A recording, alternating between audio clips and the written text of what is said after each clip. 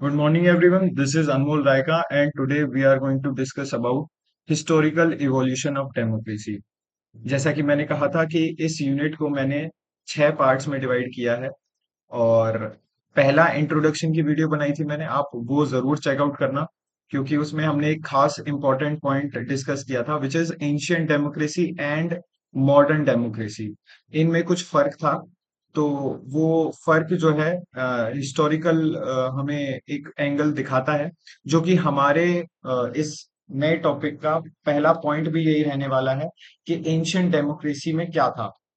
यानी कि history democracy की जो शुरुआत थी उसमें डेमोक्रेसी का क्या मतलब रहता था। तो डेमोक्रेसी ग्रीस में शुरू हुई थी सबसे पहले। तो वहां का ही वर्ड जो है डेमोस एंड क्रेटोस को मिलाकर डेमोक्रेसी वर्ड बना था, जिसका मतलब है demos means people and Kratos means rule.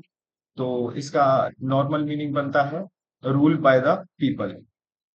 अब एथेंस जो है ग्रीक में ही एक कंट्री थी। तो ग्रीक का ही एक पार्ट था।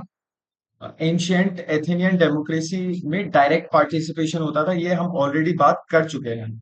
यानी कि वहां पे पॉपुलेशन कम थी तो सारे लोग मिलकर वोट करते थे किसी भी नियम या कानून को लागू करने के लिए कि ये नियम कानून बनना चाहिए कि नहीं बनना चाहिए। डायरेक्ट पार्टिसिपेशन आज के जमाने में पॉसिबल नहीं है बिकॉज ऑफ पॉपुलेशन। पॉपुलेशन इतनी ज्यादा है कि हम लोग मिलकर किसी भी चीज के बारे में डिस्कस नहीं कर सकते। तो डायरेक्ट पार्टिसिपेशन अब नहीं है, अब होता है रिप्रेजेंटेटिव पार्टिसिपेशन, यानी कि हम रिप्रेजेंटेटिव्स के थ्रू पार्टिसिपेट करते हैं पॉलिटिकल एक्टिविटीज में। पहले एक्सक्लूजन बहुत था, यानी कि वुमेन्स को, स्लेव्स को बहुत ज्यादा एक्सक्लूड किया जाता था पॉलिटिकल एक्टिविटीज से। यानी कि पॉलिटिकल पार्टिसिपेशन वहां पे कम था। जबकि मॉडर्न डेमोक्रेसी में वुमेन्स और स्लेव्स तो होते ही नहीं। डेमोक्रेसी का मतलब ही यह है कि कोई भी बंदा स्लेव नहीं रह सकता, everybody is free. And women को एक्सक्लूड नहीं किया जाता और स्लेव्स होते ही नहीं। So this is one of the best thing in modern democracy. And second, तो ये बातें हम ऑलरेडी कर चुके हैं, है ना। सेकंड इज, अब ये इवॉल्व कैसे हुआ, ये तो हमने बता दिया कि भाई पहले ऐसा होता था, अब कैसा होता है और अब ऐसा क्यों हुआ, कैसे इवॉल्व हुआ। तो जो मॉडर्न डेमोक्रेसी है एक दिन में तो चेंज नहीं हुई थी, अलग अलग इवेंट्स हुए। कोई पॉलिटिकल ट्रांसफॉर्मेशन आया, कोई सोशल ट्रांसफॉर्मेशन आया, कोई इकोनॉमिक ट्रांसफॉर्मेशन आया, जो कि अलग अलग इवेंट्स की वजह से हुए। जैसे कि अगर हम बात करें, बहुत पुराना एक सिविल वॉर हुआ था ब्रिटेन में, British civil war. Now this is important क्योंकि यहाँ पे पहली बार लिमिटेड गवर्नमेंट की बात की कि गवर्नमेंट जो मोनार्की, पहले मोनार्की गवर्नमेंट चलती थी ब्रिटेन में, किंग्स एंड क्वींस होते थे।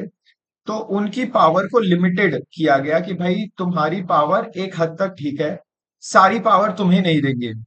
तो पार्लियामेंटेरियंस जो थे उन्होंने रॉयलिस्ट को हराया था इस सिविल वॉर में।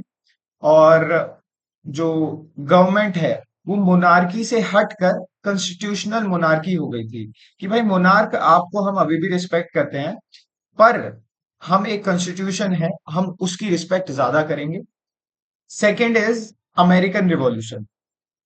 अब पॉपुलर सोवरेनिटी का जो मॉडर्न डेमोक्रेसी का जो ग्राउंडेड प्रिंसिपल है, वो प्रिंसिपल जो है आप कह सकते हैं कि अमेरिकन रिवॉल्यूशन से आया। क्योंकि इससे पहले अमेरिका जो था वो एक कॉलोनी था ब्रिटेन का। और जैसे ही अमेरिका आजाद हुआ उसने कहा कि अब हमारे ऊपर कोई फॉरेन पावर रूल नहीं करेगी। जो कि सॉवरेनिटी का बेसिक मतलब ही यही है कि हम खुद को गवर्न करेंगे, कोई और हमें गवर्न नहीं करेगा। A state that govern itself is called a sovereign state. यानी कि ये स्टेट अब खुद को गवर्न करेगा, कोई और फॉरेन पावर इस पर कोई भी अपना इन्फ्लुएंस नहीं दिखाएगी। तो ये अमेरिकन रिवॉल्यूशन की वजह से पॉपुलर सोवरेनिटी जैसा आइडिया आया जिसके ऊपर मॉडर्न डेमोक्रेसी फाउंडेड है। Third is French revolution. Now French revolution ने तो हमें बहुत सारे आइडियाज दिए थे। फ्रेंच रिवॉल्यूशन के दौरान जो बड़े बड़े फिलोसोफर्स हैं जैसे जॉन लॉक, जॉन रोजेऊ, लेवरर्स, ये सारे फ्रेंच रिवॉल्यूशन के दौरान काफी पॉपुलर हुए थे। और इनकी जो आइडियोलॉजीज हैं जैसे popular sovereignty, natural rights, limited government and social contract, ये सारे डेमोक्रेसी के जो मेन आइडियोलॉजीज हैं, ये सारे के सारे फ्रेंच रिवॉल्यूशन से निकल कर आए हैं। फ्रेंच रिवॉल्यूशन के दौरान बहुत डिस्कस होते थे ये आइडियाज, और वहां से ही सबसे ज्यादा स्प्रेड हुए थे ये आइडियोलॉजीज।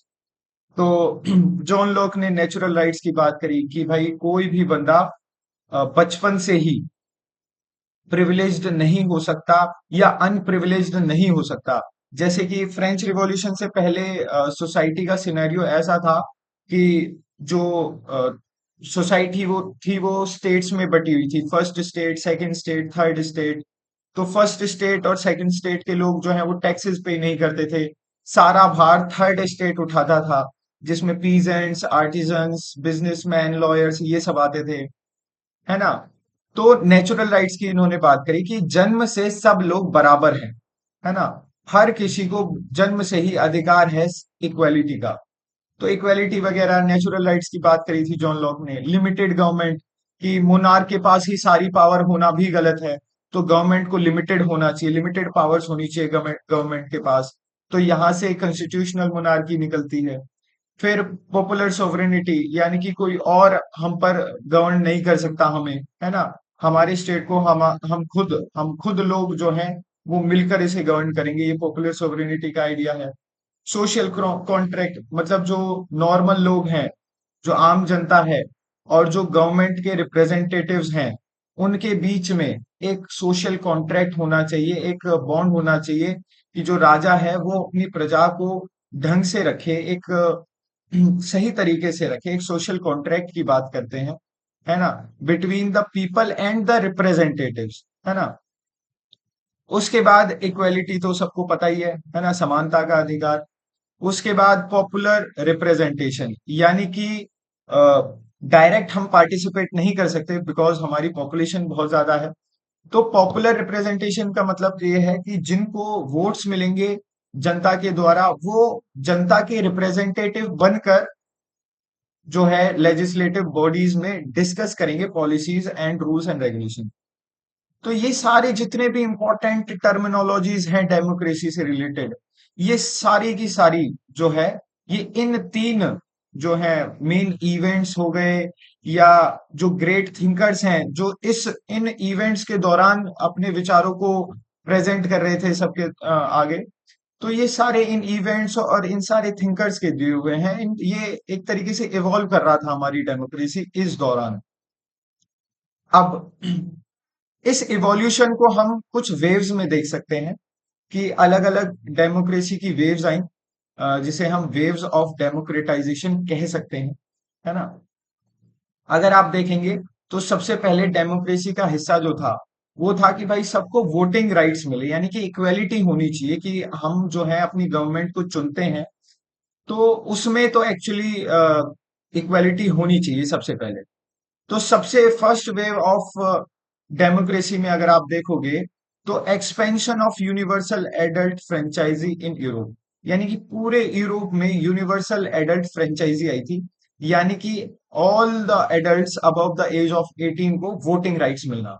तो वोटिंग राइट्स में इक्वेलिटी आई, ये हमारा डेमोक्रेटाइजेशन का पहली वेव थी। सेकेंड वेव में कई कंट्रीज आप देखना जो कि सॉवरन नहीं थी, यानी कि उन पे फॉरेन कंट्रीज का कंट्रोल था। तो सेकेंड वेव में हम सॉवरेनिटी की बात करते हैं। एशिया का कई हिस्सा और अफ्रीका का कई हिस्सा कॉलोनाइज्ड था। तो सेकेंड वेव में कॉलोनीज इंडिपेंडेंट हुई और सॉवरन स्टेट बनी, जैसे कि इंडिया। इंडिया भी पहले सॉवरन स्टेट नहीं था, ब्रिटिश के अंडर कॉलोनाइज्ड था, और सेकेंड वेव ऑफ डेमोक्रेटाइजेशन में इंडिया आजाद हुआ।